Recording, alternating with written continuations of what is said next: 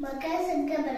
ಮಕರ ಸಂಕ್ರಮಣ ನಮ್ಮ ಭಾರತದ ಪ್ರಮುಖ ಹಬ್ಬಗಳಲ್ಲಿ ಒಂದಾಗಿದೆ. ಸೂರ್ಯನು ಧನು ರಾಶಿಯಿಂದ ಮಕರ ರಾಶಿಗೆ ಪ್ರವೇಶಿಸುವ ದಿನ. ಇದು ಉತ್ತರಾಯಣ ಪ್ರಾರಂಭವಾಗುವ ಮತ್ತು ಚಳಿಗಾಲ ಅಂತ್ಯವಾಗುವ ಕಾಲ.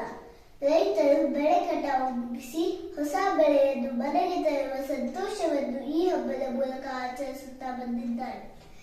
ಈ ಸಂಕ್ರಮಣವನ್ನು ಕೃಷಿ ಹಬ್ಬ ಎಂದು ಕರೆಯುತ್ತಾರೆ. ಈ ದಿನ ನಾವು ಎಳ್ಳು ಬೆಲ್ಲವನ್ನು ಹಂಚಿಕೊಳ್ಳುತ್ತೇವೆ.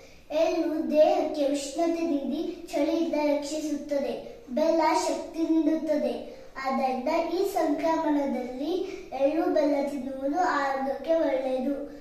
ಈ ಸಂಕ್ರಮಣವು ಸಂತೋಷ, ಸ್ನೇಹ ಮತ್ತು ಏಕತೆಯನ್ನು ಬೆಳೆಸುವ ಹಬ್ಬವಾಗಿದೆ.